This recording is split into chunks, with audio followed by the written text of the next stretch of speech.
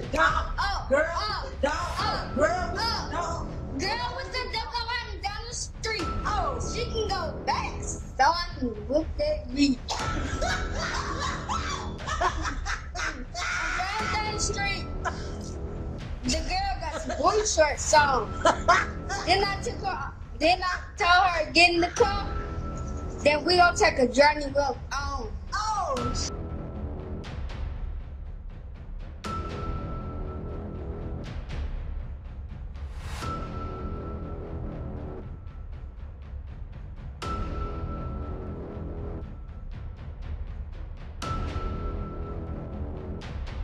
Get it, get it, get it, get it, get it, yeah, Karen. Do that to your mama. Get it, come raise our dick. Look at that. Who a Who your Huh? He said, mommy.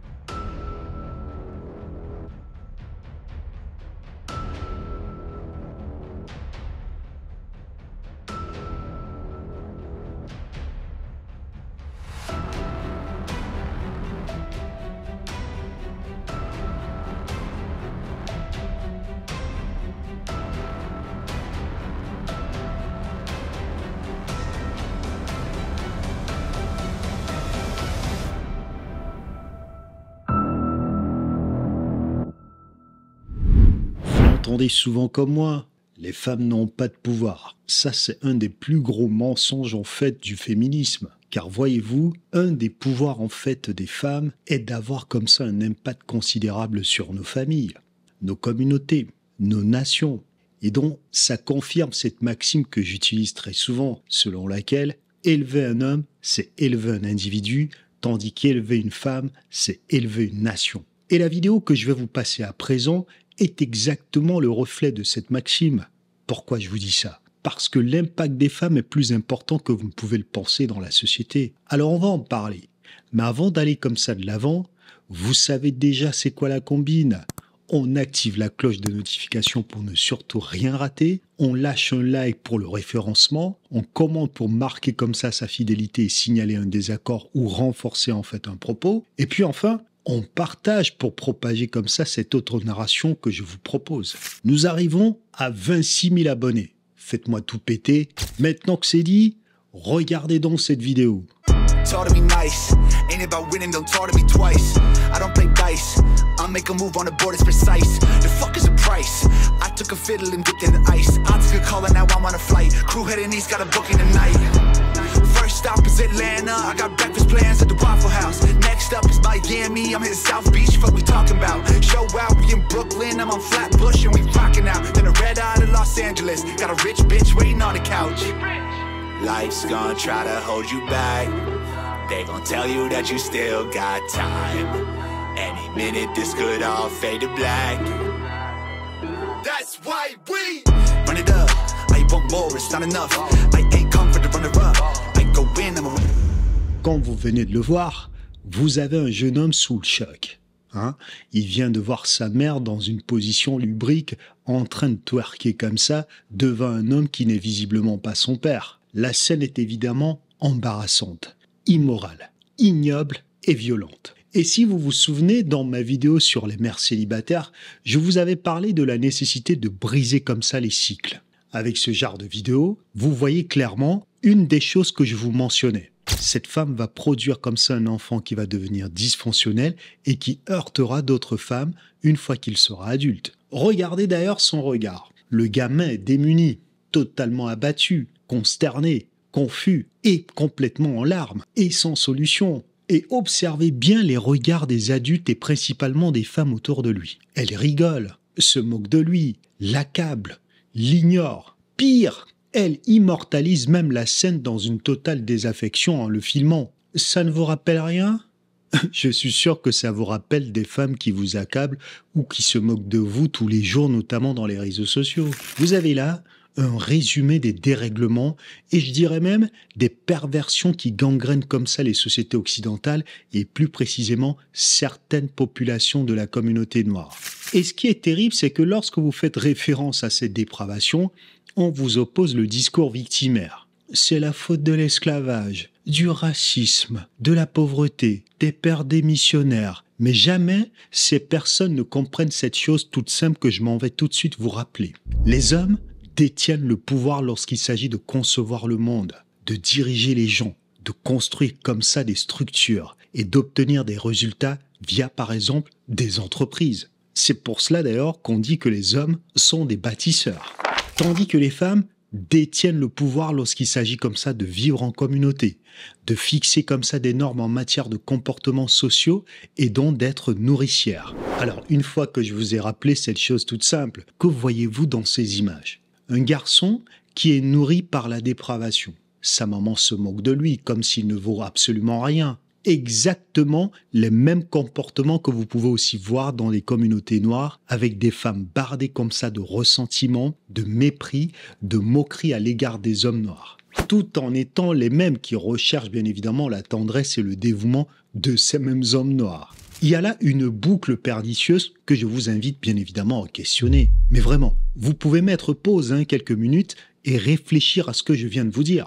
Vous ne pouvez pas corriger un problème tant que vous ne rectifiez pas les mœurs de celles qui détiennent comme ça les normes en matière de comportements sociaux. Je ne sais pas si vous vous rendez compte du niveau de toxicité qui peut s'exercer dans des situations comme celle de ce petit. Et le drame, c'est que ces femmes ne comprennent pas que ce qu'elles transmettent à leurs enfants crée des programmations inadaptées dans le futur pour eux, mais aussi pour elles. Et dans d'autres cas, on a des comportements dysfonctionnels et chaotiques qui blesseront bien évidemment d'autres femmes dans le futur.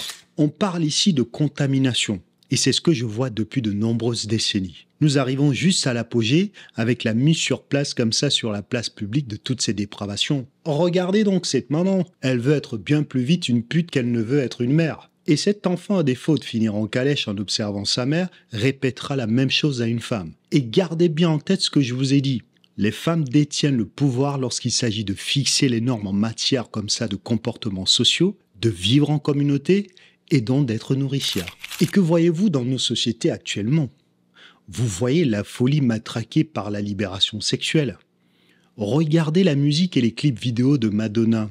Dans les années 90, elle a littéralement ouvert la voie à l'hypersexualisation que nous avons aujourd'hui comme une norme sociale. Le clip de Justify My Love, l'intégralité même de son album Erotica, ainsi que le livre intitulé Sexe qu'elle a sorti a ouvert comme ça une voie incroyable à toutes les artistes féminines qui n'hésitaient pas à briser comme ça la mystique féminine pour nous la présenter en public jusqu'à en faire comme ça un étendard de leur puissance. L'intimité mise sur la place publique en devenant un argument publicitaire réduit comme ça d'ailleurs la frontière avec la puterie. Mais à coup sûr, on sait qu'on est dans comme ça de la débauche.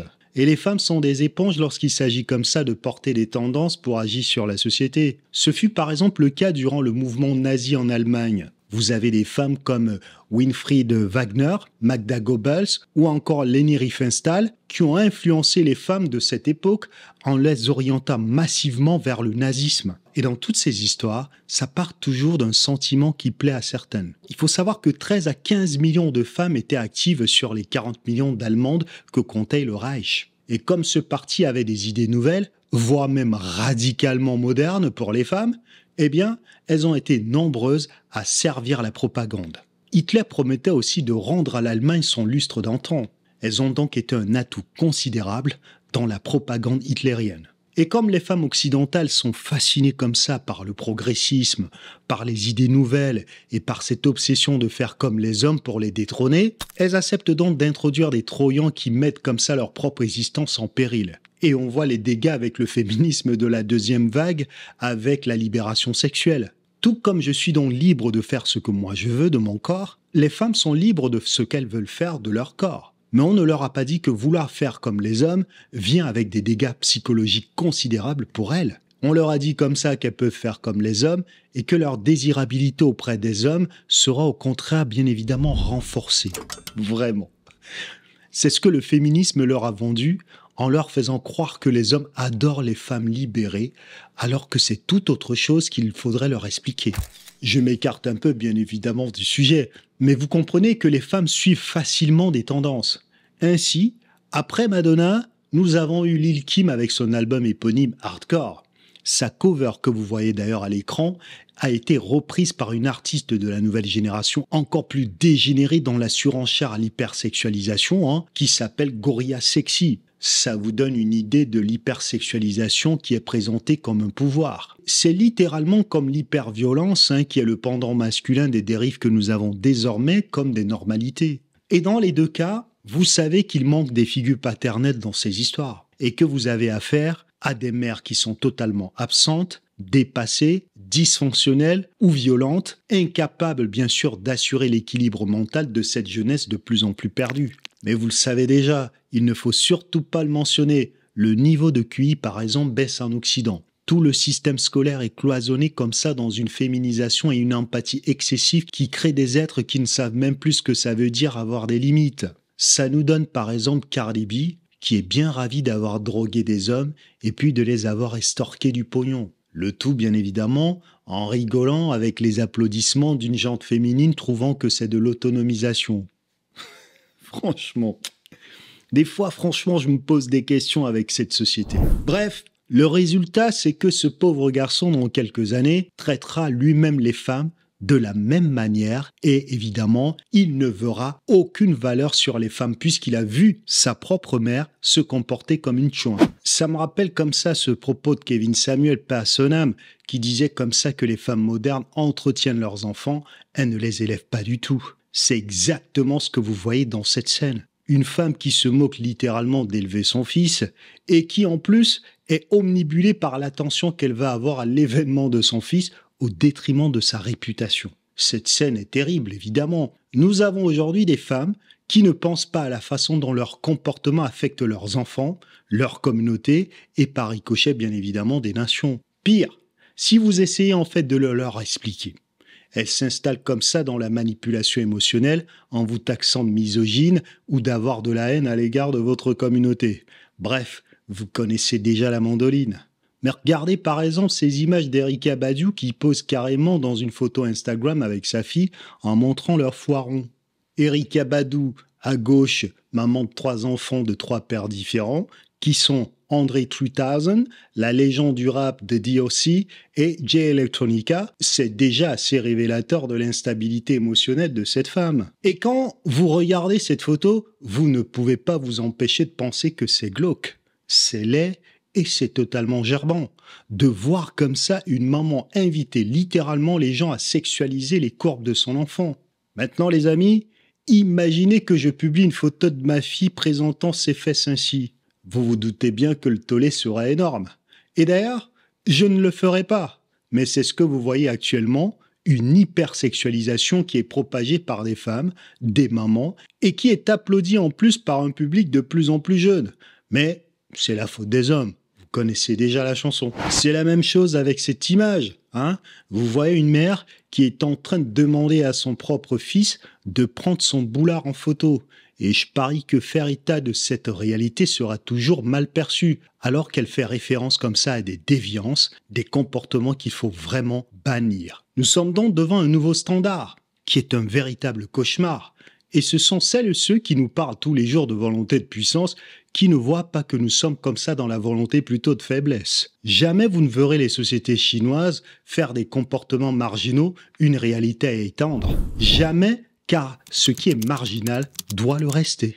Et la raison pour laquelle les femmes se comportent ainsi aujourd'hui est principalement liée au fait qu'elles sont majoritairement silencieuses. Il faut dire que nous sommes tellement submergés par les altérations, les dépravations, qu'on en est au point où certaines personnes sont devenues complètement indifférentes à ce qui se passe devant elles. Et pourtant, à moins d'être complètement starbé, vous voyez bien que tout ceci ne crée pas du tout un environnement transformé et axé vers l'excellence. Ce type de comportement continue donc de se propager parce que nous avons de plus en plus beaucoup de femmes qui continuent d'assurer des environnements accueillants à ces femmes alors qu'elles devraient être hostiles à ces femmes. Elles sont donc très rares les femmes qui vont dans les lieux où les femmes pardonnent les comportements déviants pour les rappeler à l'ordre. elles sont très rares, les femmes qui les interpellent sur leurs mœurs. Et si vous osez prendre comme ça la parole, vous êtes taxé de pick-me, de soumise, d'esclave du patriarcat, et la boucle continue. Mais ce sont les mêmes gorgées de dissonance cognitive qui sont bien ravis de citer Desmond Tutu lorsqu'il s'agit de parler de racisme, qui disait ce propos que je vais pasticher. Si vous restez neutre dans les situations d'injustice, vous avez choisi le camp de l'oppresseur. Il est donc juste de dire que le silence de nombreuses femmes face à ce qui se passe est une complicité. En réalité, elles ont choisi cette réalité qui les heurtera elles-mêmes. Et le résultat du silence de nombreuses femmes fait que les hommes de qualité les respectent de moins en tant que groupe. Et je parie que les femmes ne vous respecteraient pas en tant qu'hommes si vous ne réagissez pas au fait que les choses soient en ordre comme elles devraient être. N'est-ce pas? En réalité, elles vous réclameront de prendre position. Mais vous comprenez qu'elles attendent de vous que vous fassiez ce qu'elles veulent et non que vous soyez un leader. Car dès lors que vous tentez de critiquer et de refuser l'introduction de cette dérive, vous êtes un homme contrôlant, un pervers narcissique, un homme toxique, un homme directif, etc. Bref, on est comme ça dans une manipulation émotionnelle qui, moi, m'amuse. Ainsi, tout le groupe appelé par exemple Femmes Noires en prend pour son grade, parce que le silence des femmes noires qui s'expriment reste immensément assourdissant. Vous pouvez bien évidemment étendre ça à toutes les femmes, et ce sont elles qui vont en payer le prix en tant que groupe et individuellement en croisant comme ça les profils qui ont été cultivés des années et des années par des femmes dysfonctionnelles. C'est le message que je voulais vous passer dans ce contenu. Nous arrivons bien évidemment à la fin de celui-ci. N'hésitez pas à le partager autour de vous. Vous armez les hommes des comportements qui vont venir vous heurter demain. Et lorsque vous payez le prix silencieusement, ça veut dire que vous êtes OK avec ce qui se passe actuellement. Il n'y a donc pas de place pour la neutralité, ça il faut bien le comprendre. Et sachez que lorsque des hommes de haute valeur ne mènent pas la barque, vous vous exposez à plus de risques pour les femmes.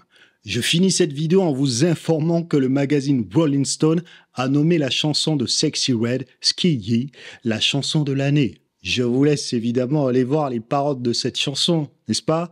Et j'ose espérer que vous n'avez certainement pas envie de faire de cette créature la transporteuse de votre génétique dans ce monde. Si vous ne comprenez toujours pas ce qui est poussé par l'agenda, je ne sais plus quoi vous dire de plus. Salut!